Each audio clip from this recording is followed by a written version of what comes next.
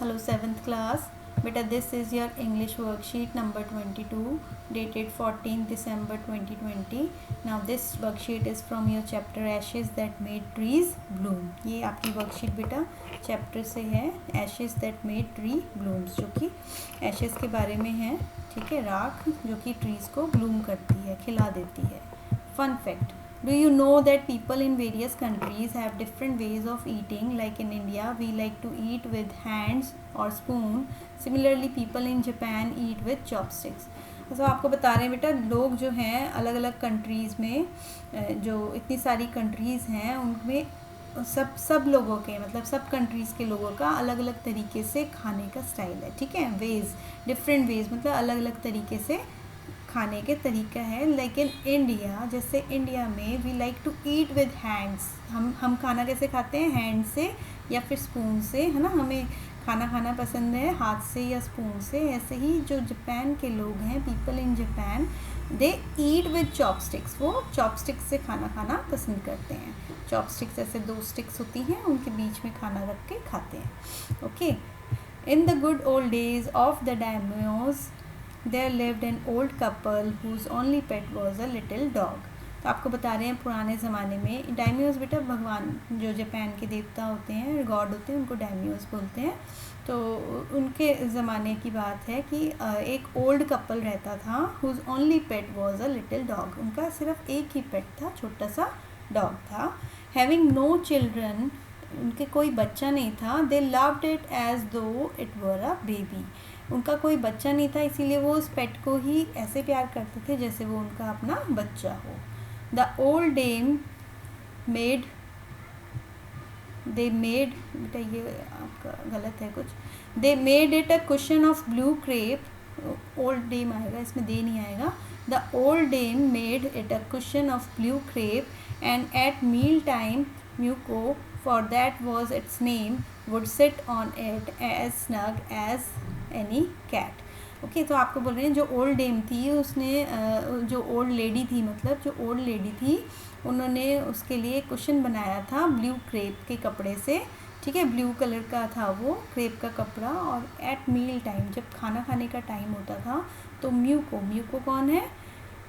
जो डॉग है उसका नाम है, इट्स नेम. ठीक है, वो उसके ऊपर बैठ जाता था. वुड सिट ऑन इट, वो उसके ऊपर बैठ जाता था इस तरह से सिमट के जैसे कैट बैठी हो. Okay. The kind people fed the pet with tidbits of fish from their own chopsticks and all the boiled rice it wanted. सो जो काइंड पीपल थे, यानी कि जो ओल्ड कपल है जिन्होंने उस पेट को पाला हुआ है, बच्चे की तरह प्यार करते हैं, वो जो काइंड पीपल थे वो उसको खाना खिलाते थे पेट को अपनी ही चॉपस्टिक से. ठीक है, फ़िश के टिडबिट्स हो या फिर राइस, जितने भी वो खाना चाहे, बॉइल्ड राइस, वो सब कुछ वो उसको अपनी ही चॉपस्टिक से अपने ही साथ बैठ के खाना खिलाते थे. Thus treated the dumb creature loved its protectors like a being with the soul. ठीक है, तो इतना जिस तरह से उसके साथ व्यवहार करते थे वो ओल्ड कपल. तो जो डम क्रीचर मतलब जो जानवर है, जो बेचारा मतलब बोल नहीं सकता है, ऐसा क्रीचर, ठीक है, वो उनको ऐसे प्यार करता था अपने प्रोटेक्टर्स को, यानी अपने पालने वालों को, जैसे कि वो उनका ही अपना हो. ठीक है. The old man being a rice farmer went daily with hoe और spade into the fields, working hard from morning until Otentosama, as the sun is called, had gone down behind the hills. तो आपको बता रहे हैं जो old man था, जो old couple बताया उसमें से जो मैन है, ओल्ड मैन है जो बीइंग अ राइस फार्मर, वो राइस फार्मर था, चावल उगाने वाला किसान था. वो डेली जाता था अपना हो और स्पेड लेके, हो और स्पेड यानी कुदाल या फावड़ा कुछ भी लेके खेतों में जाता था. एंड वर्किंग हार्ड, और बहुत मेहनत करता था. फ्रॉम मॉर्निंग, सुबह से काम करता था, अनटिल ओटेंटोसामा. ओटेंटोसामा है बेटा सन का नाम है वहाँ पर. ठीक है, तो सुबह से चले आता था और until Otentosama had gone down behind the hills, जब तक कि सूरज यानी कि ओटेंटोसामा जब तक कि हिल्स के पीछे छिप न जाए तब तक वो काम करता रहता था. यानी कि सुबह से लेके रात होने तक वो वहाँ पर काम करता था.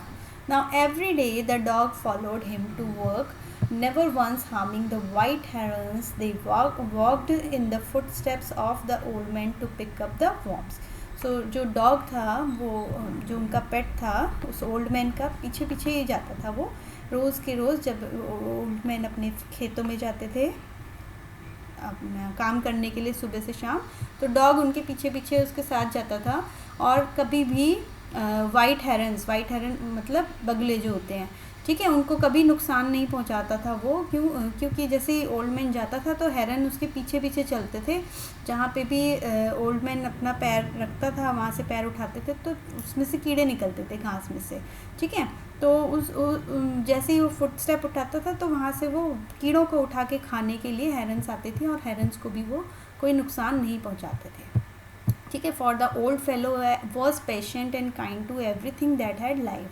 क्यों? क्योंकि जो ओल्ड फेलो थे यानी कि जो ओल्ड कपल थे, ओल्ड मैन था जो, वो बहुत ही पेशेंट था, बहुत ही ज़्यादा सब्र वाला इंसान था, एंड काइंड दूसरों के लिए दयालु था, to everything that had life, जो भी चीज़ों में लाइफ हो, जिसके भी पास जान हो, उस पर वो दया करते थे। And often turned up a sod on purpose to give food to the birds, ठीक है। और इसीलिए वो उन बर्ड्स को खाना देने के लिए भी बिल्कुल उनका साथ देते थे, ठीक है, कभी उनको कोई हार्म नहीं पहुंचाते थे। Okay, next,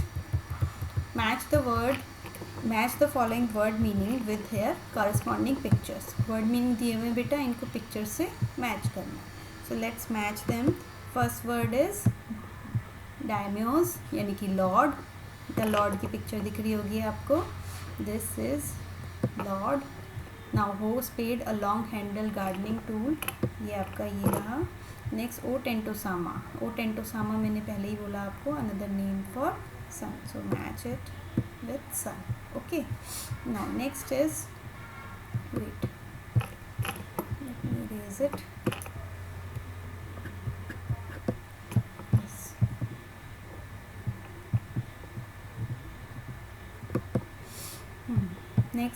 next one is read the passage and answer the following questions. So अब आपने पैसेज पढ़ लिया है, अब आपने इनके क्वेश्चन आंसर सॉल्व करना है। Now whom did the old couple love? Old couple किसको प्यार करते थे बेटा? पिक्चर भी दिखा रखी है। ओल्ड कपल यानी कि ओल्ड मैन और ओल्ड वुमेन किसको प्यार करते थे? उनका पेट कौन था? कैट, डॉग, शीप और चिल्ड्रन। वो प्यार करते थे अपने डॉग को। Okay, next is they made it a question of, किस चीज़ का क्वेश्चन बनाया था? Blue crepe, red crepe, green crepe, yellow crepe.